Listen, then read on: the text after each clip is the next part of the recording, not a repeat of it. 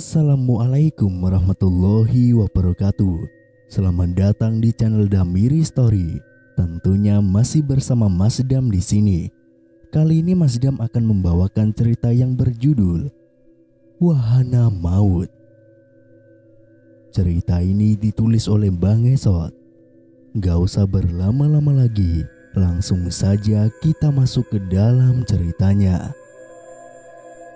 Arming kurengang kala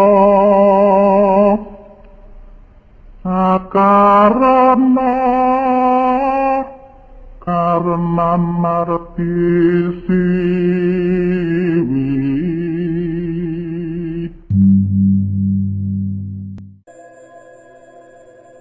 Kenalkan, aku Sarah. Tahun lalu sekitar pertengahan bulan Agustus, aku dan teman-temanku mengalami kejadian mengerikan di sebuah wahana angker. Ini semua gara-gara Dion. Kalau saja dia tidak mengajak kami main ke wahana itu, mungkin petaka ini tidak akan pernah menimpa kami. Dion itu salah satu sahabatku, jadi kami bersahabatan 4 orang. Aku, Dion, Randy itu pacarku, dan satu lagi si Arin. Persahabatan kami sudah terjalin dari sejak lama. Di suatu siang, kami berempat berkumpul di kantin. Awalnya obrolan kami membahas dosen killer yang suka mengusir mahasiswa dari kelas. Tiba-tiba topik obrolan kami beralih membahas wahana malam. Kata Dion, di dekat sini ada wahana malam yang seru banget. Pokoknya kalian gak akan kecewa. Ayolah kita pergi ke sana, kata Dion, ekspresi wajahnya penuh semangat. Emang wahananya daerah mana sih? Tanya Randy penasaran. Di dekat Cisetu. Nih, kalian lihat nih. Dion menunjukkan foto di HP-nya. Kami semua mendekat ke layar itu. Wah, kayaknya seru juga sih. Ya udah yuk, kita ke sana aja. Arin adalah orang pertama yang menyetujui ajakan Dion. Udah, percaya sama gua.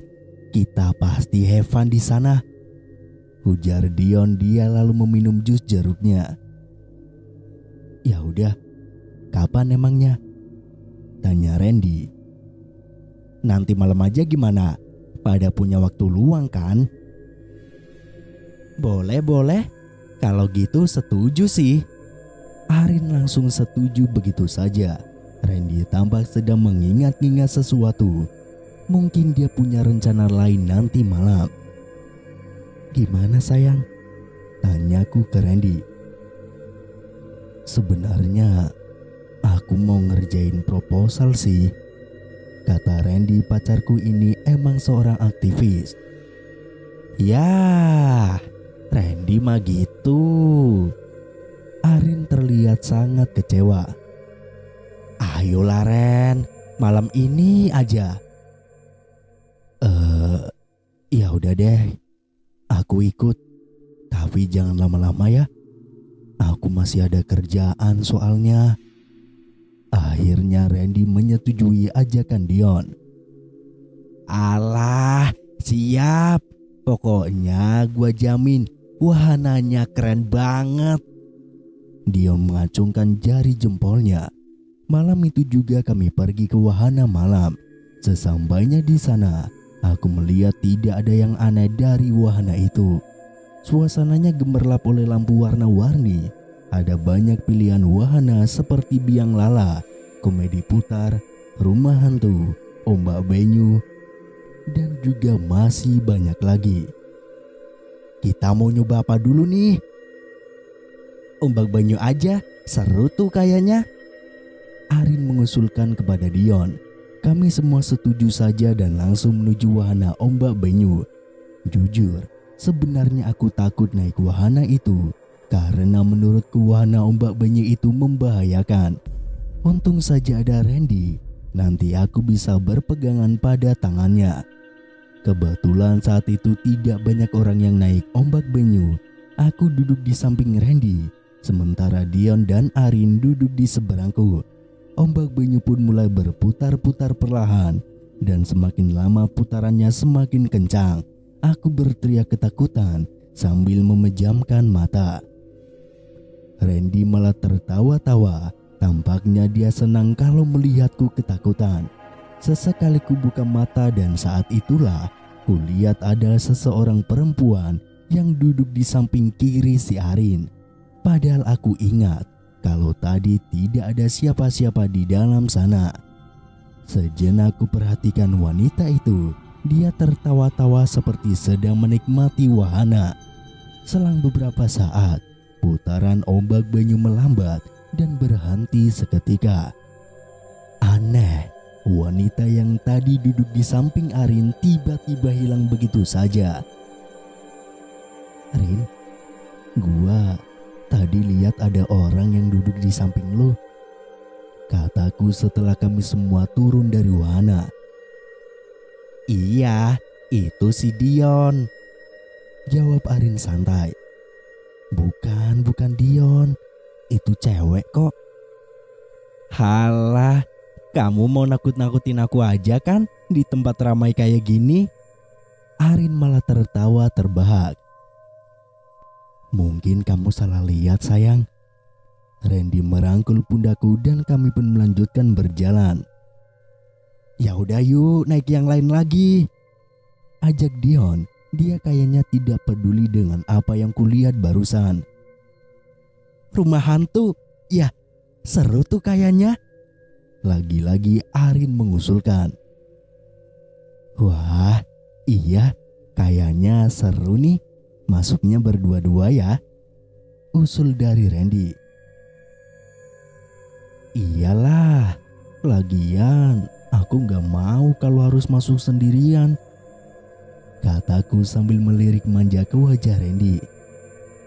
Iya sayang, aku gak akan biarin kamu sendirian kok. Bucin mulu sih kalian nih.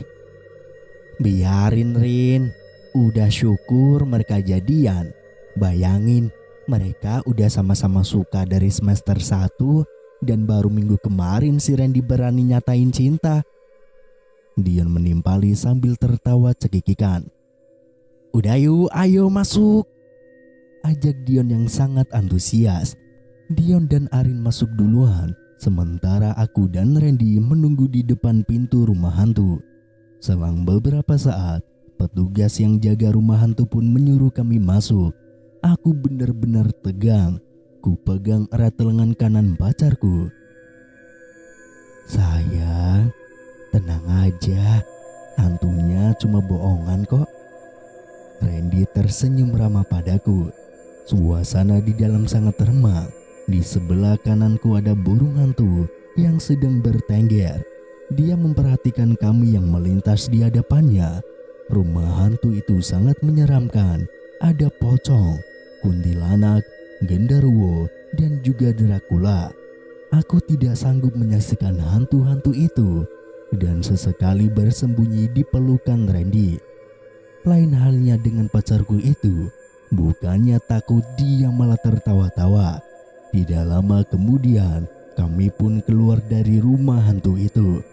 Di halaman belakang kulihat Dion sedang berbicara dengan seseorang petugas yang bertubuh kurus. Dion tampak panik. Loh, Dion, kenapa? Arin kenapa? Arin hilang, ujar Dion. Dia sangat ketakutan. Keringat membasahi wajahnya seperti orang yang baru saja dikejar-kejar setan.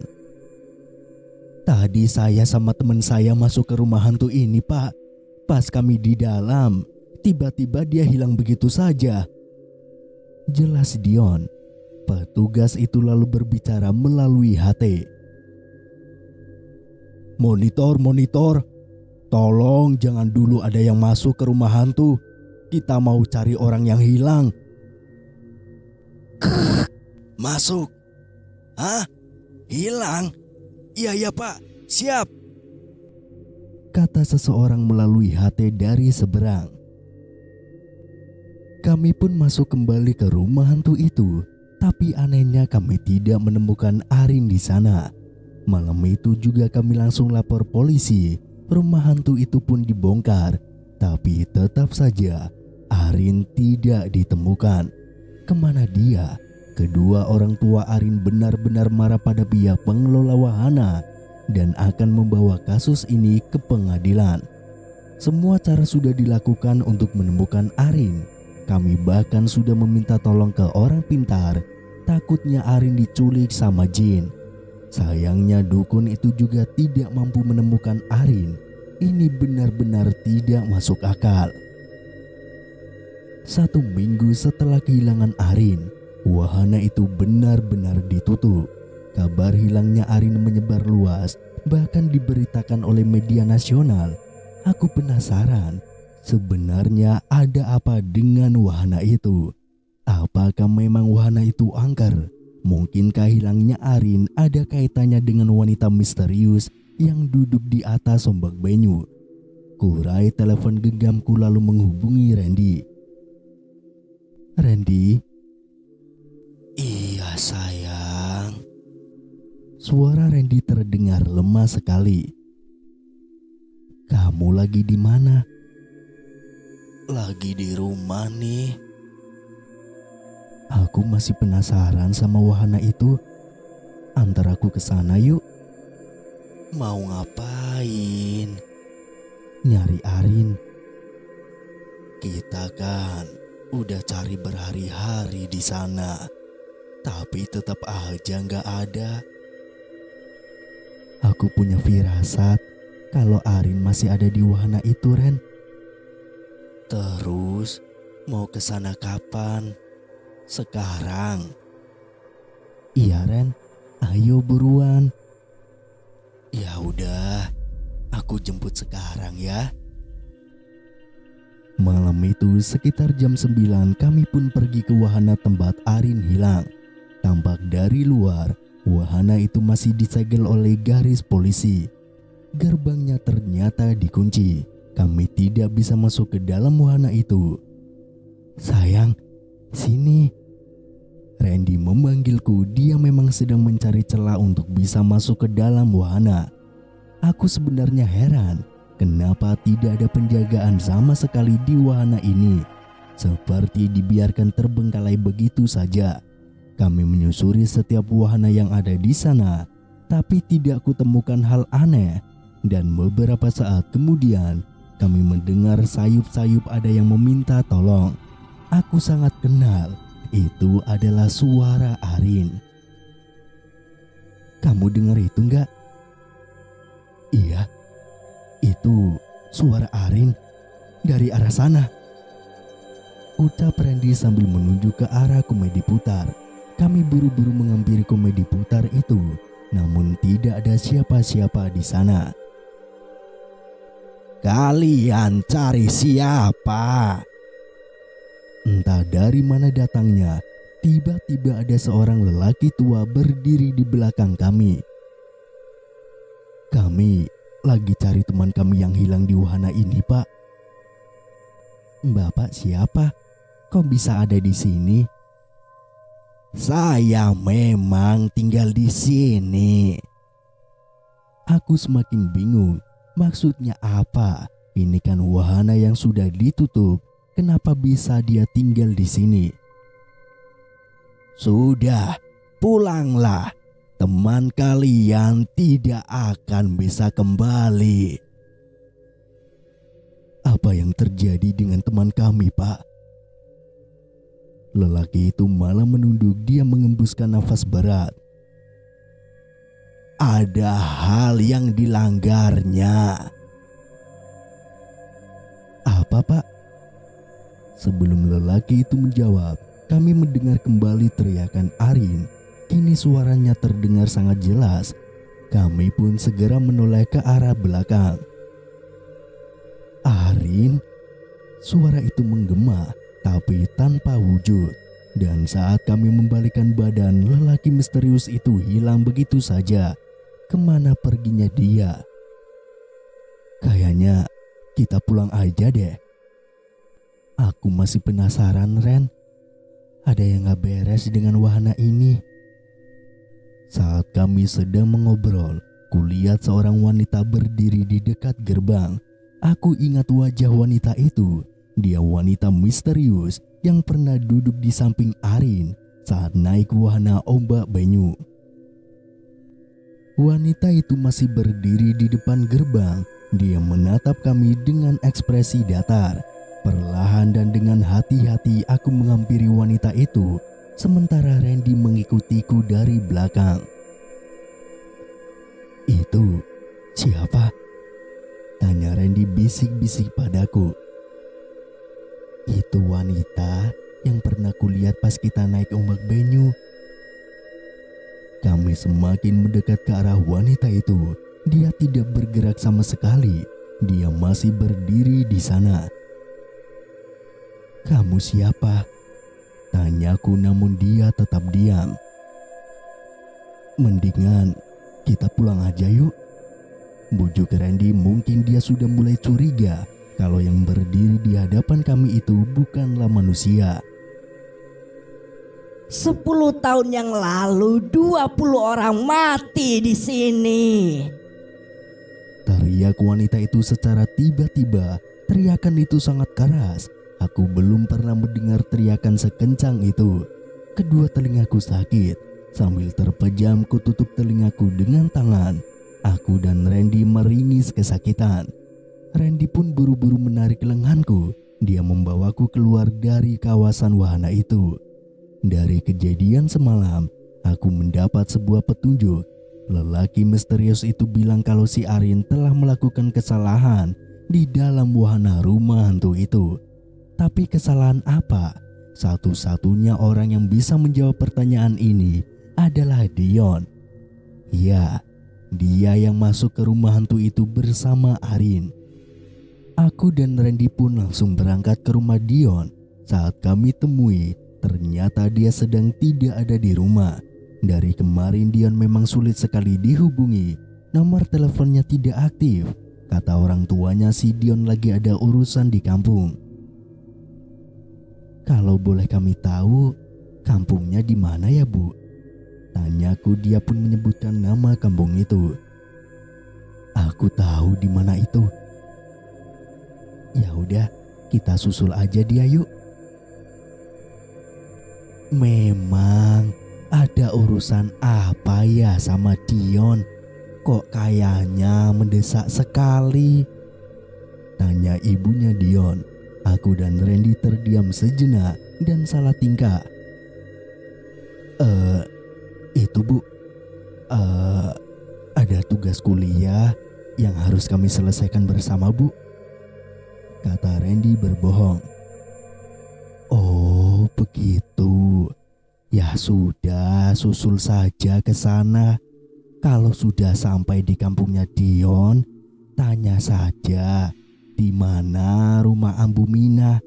Itu rumahnya nenek Dion. Dia menginap di rumah neneknya ya," jelas ibunya Dion. Perjalanan dari rumah Dion ke kampung itu memakan waktu 4 jam. Aku dan Randy naik kereta dan setibanya di stasiun, kami melanjutkan perjalanan dengan menggunakan angkot. Sekitar jam 5 sore, akhirnya kami tiba di kampung itu. Di sepanjang jalan kuperhatikan Randy sering sekali memijat bagian lehernya sendiri. "Kamu sakit?" Enggak kok. Aku kayaknya salah posisi tidur nih. Jadinya leherku pegel banget. Tapi nggak apa-apa kok." "Oh begitu. Nanti di rumah neneknya Dion aku pijitin ya." "Wah, terima kasih ya." Setelah kami bertanya sana sini soal lokasi rumah Ambu Mina, ternyata rumah nenek Dion itu terpisah dari perkampungan. Kami harus melintasi pematang sawah terlebih dahulu untuk sampai ke sana. Seperti rumah adat Jawa pada umumnya, rumah Ambu Mina dindingnya terbuat dari papan. Ada 4 tiang penyangga di bagian depan. Juga ada 2 buah kursi kayu dan sebuah guci air di beranda rumahnya. Permisi. Aku mengetuk pintu rumah itu. Perlahan pintu itu terbuka. Seorang nenek muncul dari dalam rumah. Rambutnya sudah penuh uban, semuanya putih. Dia mengenakan kaos partai dan celana hitam. Cari siapa ya? Tanya nenek itu, suaranya lemah dan agak serak. Kami temannya Dion, Nek. Dionnya ada. Oh alah, ya sudah, ayo masuk. Dionnya lagi tidur di kamar. Dari semalam dia sakit, Nak. Sakit apa, Nek? Badannya penuh dengan bentol-bentol, kata Ambu Mina. Saat ku tengok Dion di kamarnya, dia sedang tertidur pulas, wajahnya bengkak, tubuhnya penuh bentol. Aku semakin curiga kalau Dion juga melakukan kesalahan di dalam rumah hantu itu. Penyakitnya aneh sekali dan juga tidak wajar. Sampai malam tiba, Dion tidak kunjung bangun. Dia tidur dengan sangat nyenyak. Aku tidak tega kalau harus membangunkannya. Kami akhirnya menginap di rumah Ambu Mina. Kebetulan dia sangat baik dan mengizinkan kami untuk menginap di rumahnya. Ambu Minah memang hanya tinggal sendirian di rumah itu. Suaminya sudah lama meninggal. Kata Ambu Minah, dia senang kalau ada orang yang bertamu ke rumahnya, apalagi kalau sampai menginap. Aku tidur di kamar dekat dapur, sedangkan Randy tidur di kamar yang bersebelahan dengan kamarnya Dion. Tepat jam 12 malam, tiba-tiba aku terbangun. Ku dengar ada suara erangan seorang lelaki di luar. Pelan-pelan ku intip dari balik pintu kamarku. Ternyata erangan itu berasal dari kamar Randy. Kenapa dia? Dengan panik aku segera lari ke kamarnya Randy. Pintunya terkunci. Ku gedor-gedor dari luar sambil berteriak memanggil namanya. Tapi Randy tidak mau membukakan pintu. Mendengar kegaduhan itu, Ambu Mina pun muncul dari dalam kamarnya. Dia juga panik dan langsung menanyakan apa yang sedang terjadi. Ada apa ini? Tanya Ambu Mina dengan panik. Randy, Nek.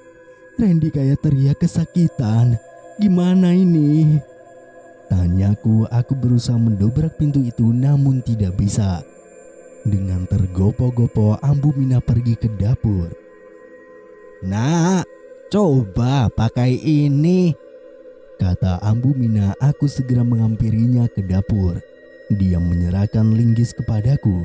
Tanpa ancang-ancang lagi, ku congkel pintu itu dengan menggunakan linggis. Aku sempat kesulitan mendobraknya, tapi akhirnya pintu itu berhasil kudobrak. Di hadapanku tampak Randy yang sedang berdiri sambil mengamuk kesakitan. Ia memegangi leher, kedua matanya masih terpejam. Sepertinya Randy tidak sadarkan diri. Dan yang membuatku terkejut, ada wanita berwajah pucat yang duduk di atas pundaknya Randy. Dia adalah wanita misterius yang pernah kulihat di wahana malam itu. Ambu Mina menarik lenganku. Dia juga tampak ketakutan melihat penampakan wanita itu. Dia pun pergi ke kamarnya dan kembali dengan membawa sebuah jimat. Jimat itu berbentuk seperti patung manusia, namun ukurannya kecil, hanya segenggaman tangan. Ambu Mina melemparkan jimatnya ke arah Randy. Seketika makhluk gaib di atas pundak Randy hilang begitu saja. Randy pun tersadar. Nafasnya terengah-engah. Aku menghampiri Randy, lalu memeluknya dengan erat sambil menangis sesenggukan. Kamu baik-baik aja kan? Iya, aku baik-baik aja kok. Kami lalu mendatangi kamar Dion untuk memeriksa keadaannya. Kulihat dia sedang duduk di atas tempat tidurnya sambil menunduk. Kini wajahnya yang sudah tidak berbentuk, benjolan-benjolan kecil itu malah menjadi benjolan besar, warnanya merah dan mau meledak. Astagfirullahaladzim. Nek, gimana ini, Nek? Sepertinya ada makhluk gaib yang mengikuti kalian. Sebenarnya apa yang telah kalian perbuat? Kami tidak tahu, Nek. Hanya Dion satu-satunya orang yang tahu jawaban itu. Dia masuk ke rumah hantu itu bersama Arin. Dan Arin juga udah lama hilang, Nek. Tidak lama berselang Dion perlahan berdiri. Kepalanya masih tertunduk seperti ada yang sedang mengendalikan tubuhnya. Dion. Randy menghampirinya sambil mengguncangkan bahu Dion. Dion, sadar Dion. Dion. Kata Randy, tapi Dion tetap diam saja. Abu Mina mengambil kembali jimat tadi dari dalam kamar Randy. Dia lalu menempelkan jimat itu di kening cucunya. Dion pun lunglai. Dia terkapar di atas lantai. Aku dan Randy menggotong tubuh Dion yang terasa sangat berat, seperti ada yang menaiki tubuh Dion. Keesokan paginya kondisi Dion semakin parah. Benjolan di wajahnya pecah satu persatu. Kulitnya terkelupas dan darah acak-acakan di atas bantal. Dion masih hidup tapi tetap tidak sadarkan diri. Randy menyarankan agar Dion dibawa ke rumah sakit, tapi Abu Mina melarangnya. Ini bukan penyakit biasa. Aku akan meminta tolong ke orang sakti di kampung ini. Randy dan Dion sudah mendapat teror dari makhluk gaib. Mungkin selanjutnya aku. Tapi apa sebenarnya salahnya kami? Kedua orang tua Dion akhirnya datang. Mereka sangat panik melihat keadaan anaknya seperti itu. Walau dilarang Abu Mina, tapi kedua orang tua Dion tetap membawa anaknya ke rumah sakit. Aku dan Randy pun ikut ke rumah sakit. Sesampainya di rumah sakit, Dion masih tidak sadarkan diri. Penyakit yang diidapnya memang tidak wajar. Seharusnya Dion dibawa ke dukun saja, itu menurutku. Sepanjang perjalanan ke rumah sakit, bahkan sesampainya di sana, aku masih memikirkan wahana itu. Segera aku raih HP dari dalam saku celanaku. Lalu ku cari informasi seputar wahana malam di daerah Cisatu. Dari penelusuran aku menemukan berbagai berita lawas dan sejarah kelam wahana itu. Pada tahun 2000, ada 20 orang mati di wahana ini akibat tertimpa komedi putar yang roboh.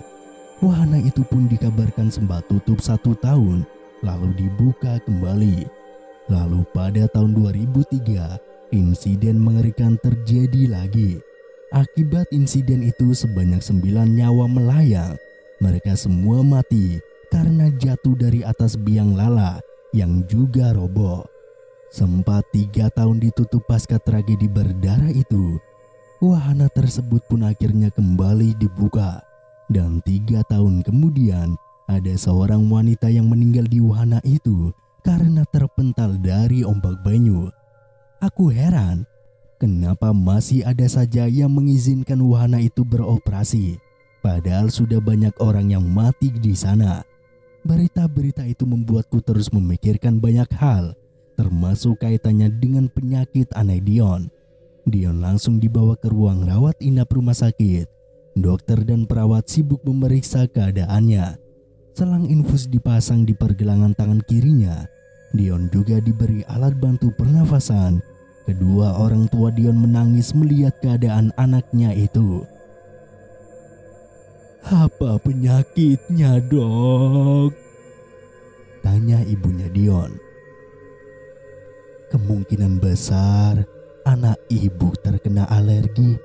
Kami sudah mengambil sampel darahnya dan akan diperiksa lebih lanjut di laboratorium. Ibu tenang saja, kami akan berusaha sebisa mungkin untuk menolong anak ibu." Malam semakin larut. Kedua orang tua Dion tidur di samping ranjang anaknya. Dan Randy tidur di luar, tepatnya di kursi pasien. Sementara pacarku tampaknya sangat kelelahan. Aku sendiri tidak bisa tidur. Hatiku tidak tenang. Aku masih penasaran dengan apa yang dilakukan Dion dan Arin di dalam rumah hantu itu. Saat aku melamun, tiba-tiba Dion mengacungkan tangan kanannya. Aku kaget dan segera menghampiri Dion. "Sarah." Aku hendak membangunkan kedua orang tuanya, tapi Dion mencegahku untuk tidak melakukannya. "Jangan. Aku minta maaf. Semua ini salahku," kata Dion dengan intonasi bicaranya pelan. "Apa yang kamu lakuin sama Arin di rumah hantu itu, Yon?" "Aku sudah lama suka sama Arin. Dan waktu itu aku nembak dia. Entah kenapa kami malah berciuman di dalam rumah hantu itu. Astaga." Dari pintu muncullah Ambu Mina. Dia bersama seorang lelaki yang tampaknya orang pintar. Lelaki parubaya itu mengenakan baju warna hitam dan juga belangkon hitam. Wah. Ini kerjaan setan. "Tolong cucu saya, Pak," pinta Ambu Mina. Kemudian lelaki yang dipanggil Abah itu membakar menyan. Mendengar suara agak gaduh, kedua orang tua Dion pun bangun. Mereka bingung dengan apa yang terjadi. Apalagi saat melihat anaknya sudah sadar. Ibu Dion hendak memanggil dokter, tapi Ambu Mina melarangnya. "Ini masalah gaib. Percayalah, anakmu akan selamat." Dukun itu tampak berkomat kami. Dia lalu meringis seperti menahan sakit. Tangan kanannya diarahkan ke tubuh Dion. Dia seperti sedang menarik sesuatu dari dalam tubuh Dion. Urat leher dukun itu sampai terlihat jelas. Saat itu juga Dion muntah. Dia mengeluarkan 2 gumpalan daging dari dalam mulutnya. Daging itu berbentuk bulat dan berlumuran darah. Dion pun kembali tidak sadarkan diri. Namun keesokan paginya, kondisi Dion mulai membaik. Dia sudah bisa makan. Benjolan di sekujur tubuhnya mulai kempes. Dukun itu memang sangat sakti. Lantas apa salahnya meminta tolong ke dia untuk mencari keberadaan Arin? Untungnya dia bersedia. Nama dukun itu ternyata Abah Sidik. Dia bilang kalau Arin masih hidup dan Arin terjebak di wahana malam itu. "Sangat mudah untuk menyelamatkan temanmu itu," ujar Abah Sidik. Dia sedang sarapan pagi di ruangan tempat Dion dirawat. "Bagaimana caranya, Bah?" tanya Randy. Dukun itu mengeluarkan cermin kecil dari dalam tasnya. "Datanglah ke sana dan pakai cermin ini. Kalian bisa melihat keberadaan teman kalian melalui cermin itu." Randy menerima cermin pemberian Abah Sidik. Bingkai cermin itu terbuat dari kayu. Ada gagangnya seperti kipas. "Kalau kalian sudah menemukannya, taburkan garam ini di lokasi tersebut. Nanti teman kalian akan keluar dari alam gaib." "Terima kasih, Bah. Kami akan mencoba saran dari Abah." 2 hari kemudian, aku dan Randy kembali ke wahana itu. Kami hanya bisa ke sana malam hari karena takut dipergoki oleh warga sekitar. Randy langsung mengeluarkan cermin dan mengarahkannya ke segala arah. Dari cermin itu kami melihat hal yang sangat mengerikan. Wahana itu dipenuhi pengunjung. Wajah mereka hancur. Ada yang bola matanya keluar, ada yang lidahnya terjulur sampai ke tanah, ada juga yang tidak punya kepala, serta banyak anak-anak perempuan yang berpakaian putih. Mereka berlarian ke sana kemari sambil tertawa cekikikan. Padahal secara kasat mata, Wahana ini sepi sekali. Aku dan Randy terus memberanikan diri untuk mencari keberadaan Arin. Anehnya kami belum juga menemukannya. Coba angkat ke atas. Randy mengarahkan cermin itu ke atas. Dari atas sana tampak Arin menggantung di atas biang lala. Dia tidak sadarkan diri. Bajunya menyangkut di biang lala itu. Randy pun mengeluarkan garam dari dalam sakunya. Dia melemparkan garam itu ke arah biang lala. Seketika saja, wujud Arin tampak jelas menggantung di atas sana. Sontak aku langsung menelepon polisi. Tidak lama kemudian ternyata para polisi datang. Mereka langsung menghubungi damkar untuk menurunkan Arin. Petugas damkar berhasil menyelamatkan Arin. Dia masih hidup, namun kondisinya sangat memprihatinkan. Wajahnya pucat, bibirnya kering. Dia langsung dibawa ke rumah sakit. Namun dari kejauhan, kulihat Randy sedang berdiri di dekat ombak banyu dengan seorang wanita. Aku tidak dapat melihat jelas siapa wanita itu. Kuhampiri Randy. Semakin dekat wajah wanita itu semakin jelas. Dia adalah wanita yang pernah duduk di samping Arin. Dia juga yang beberapa hari lalu mengganggu Randy. Kita sudah beda alam. Jangan ikuti aku lagi ya, kata Randy. Nada bicaranya terdengar sedih. Wanita itu menggelengkan kepala pelan. Matanya mulai basah. 1-2 bulir air mata menetes di pipinya. Aku selalu mendoakan kamu, Amira. Tapi kali ini, aku mohon, jangan ganggu kehidupanku lagi. Sekarang tenanglah di alammu. Randy mengulurkan sisa garam dari dalam sakunya yang melemparkan ke tubuh wanita itu. Wanita itu menangis sejadi-jadinya. Dia pun perlahan menghilang begitu saja.